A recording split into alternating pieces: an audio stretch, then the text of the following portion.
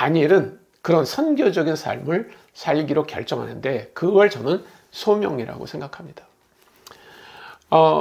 제가 좋아하는 성경 구절 중에 하나가 이 누가복음 24장 13절부터 나오는 얘기입니다. 뭐 여러분들이 아마 많은 분들이 그 얘기를 알 텐데, 예수님이 부활하시고 부활하신 예수님을 보지 못한 제자들이 자기네들이 예루살렘에 있는 것이 이제 위험하고 별로 좋지 않기 때문에 도망갑니다. 거기서 두 명의 제자가 엠마오라는 곳으로 걸어가고 있어요. 그러다가 예수님을 만나게 됩니다. 예수님이 이 사람들에게 해준 건 뭐냐면, 이 제자들에게 해준 건 뭐냐면 성경을 풀어줍니다. 근데 성경을 어떻게 풀어주냐면 그리스도께서 결국 성경대로 고난을 받고 살아나시고 그 복음이 전해질 것이다 라고 하는 그 말씀을 해주시거든요. 그럴 때 이 제자들의 마음속에 이런 일이 벌어집니다. 그들이 서로 말하되 길에서 우리에게 말씀하시고 우리에게 성경을 풀어주실 때 우리 속에서 마음이 뜨겁지 아니하더냐 하고 곧 그때 일어나 예루살렘에 돌아가 보니 11 제자 및 그들과 함께한 자들이 모여 있어 라고 말하거든요. 그러니까 이 사람들은 그 예루살렘을 피해서 도망가고 있었던 거예요. 그런데 예수님께서 나타나서 성경에 말한 것이 무엇인지를 분명히 깨닫게 되자 이 사람들이 한 일은 뭐예요? 그 위험한 지역으로 다시 돌아가는 것입니다. 그래서 우리를 부르신 그곳에 있어야 돼요. 여러분들이 꼭 선교사로 어디 가시지 않아도 됩니다. 네, 저는 뭐 계속해서 얘기하지만 선교사만 선교하는 거 아닙니다. 다니엘도 우리가 어떤 면에서 보면 이분이 무슨 파송받은 그런 선교사라고 말할 수 없죠. 자기 직업, 그것을 가지고 자기가 속해 있는 그런 상황 속에서 하나님이 누군지를 알렸고 주변에 있는 많은 사람들이 하나님을 알고 예배하게 하는 그런 일을 한 사람이잖아요. 그러니까 우리를 부르신 그것이 중요합니다. 그것이 뭐 학생이라면 학교일 수도 있고, 가정주부라면 가정과 동네일 수도 있고, 만약에 직장을 다니는 분이라면 직장이라고 하는 것이 바로 하나님이 우리를 부르신 곳이라고 생각합니다. 사도행전 1장에 보면 예루살렘에 있는 그 제자들에게 예수님이 뭐라고 하시냐면 너희는 이곳을 떠나지 말라 이렇게 말씀하세요. 굉장히 많은 분들이 생각하기를 성경에서 예수님은 제자들이 금방 예루살렘을 떠나서 다른 곳에 가서 복음을 전하기를 원하셨는데 그것을 하지 않자 핍박이 왔다고 생각하는데 그렇지 않습니다.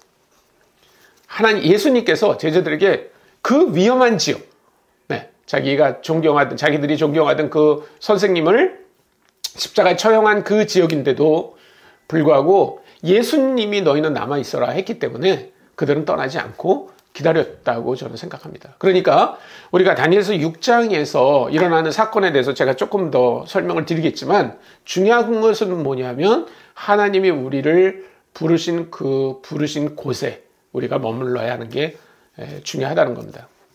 결국 이제 6장을 읽어보시면 어떤 일이 벌어지냐면 다니엘 같이 그렇게 외국인이 왕조가 바뀐 상황에서 계속해서 높은 자리를 차지하고 있다고 하는 것은 시기 질투를 받기에 가장 좋은 포지션에 있는 거죠. 그래서 그 다른 부하들로부터 시기 질투를 받게 됩니다. 그런데 뭐 아무리 털어도 다니엘에게서 잘못을 발견할 수가 없기 때문에 이들이 아주 그 왕을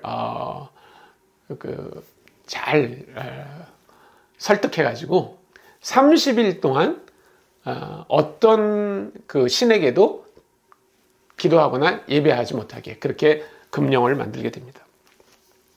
근데 다니엘은 그것이 무서워서 자기가 하던 매일의 기도를 그칠 수 있는 사람이 아니었어요. 그래서 그는 뻔히 자기에게 어떤 일이 벌어질 거라는 걸 알고서도 자기 집에 가서 기도를 하게 됩니다. 근데 기도가 아니라 사실은 엄밀한 의미에서 예배입니다.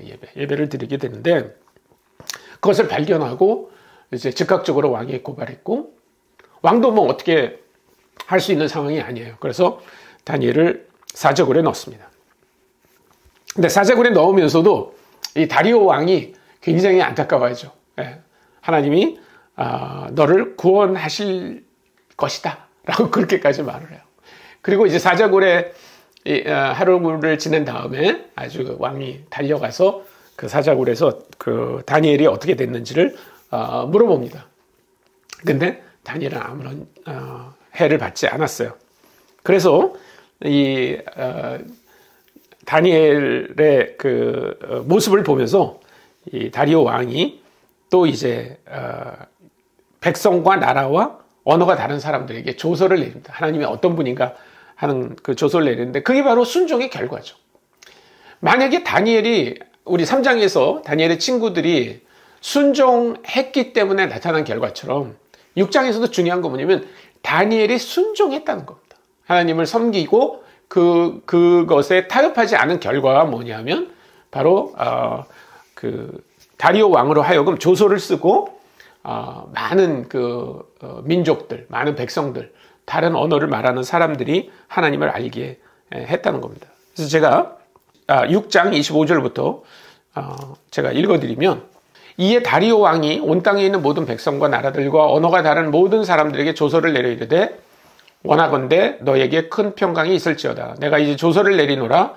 내 나라 관할 아래 있는 사람들은 다 다니엘의 하나님 앞에 떨며 두려워할지니 그는 살아계시는 하나님이시오 영원히 변하시지 않으실 이시며 그의 나라는 멸망하지 아니할 것이요 그의 권세는 무궁할 것이며 그는 구원도 하시며 건져내기도 하시며 하늘에서든 땅에서든 이적과 기사를 행하시는 이로써 다니엘을 구원하여 사자의 입에서 벗어나게 하셨습니다 하였더라. 이 다니엘이 다리오 왕의 시대에 바사 사람 고레스 왕의 시대에 형통하였더라.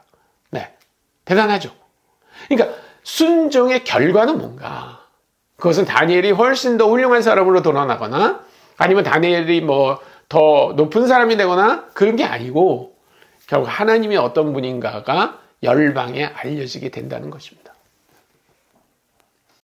그래서 미셔널 트라이앵글을 우리가 아마 기억하실 거예요. 그 트라이앵글은 어떤 일이 벌어졌을 때 그 결과를 보면 다니엘이 주인공이 아니라 하나님이 주인공이 되신다는 거예요.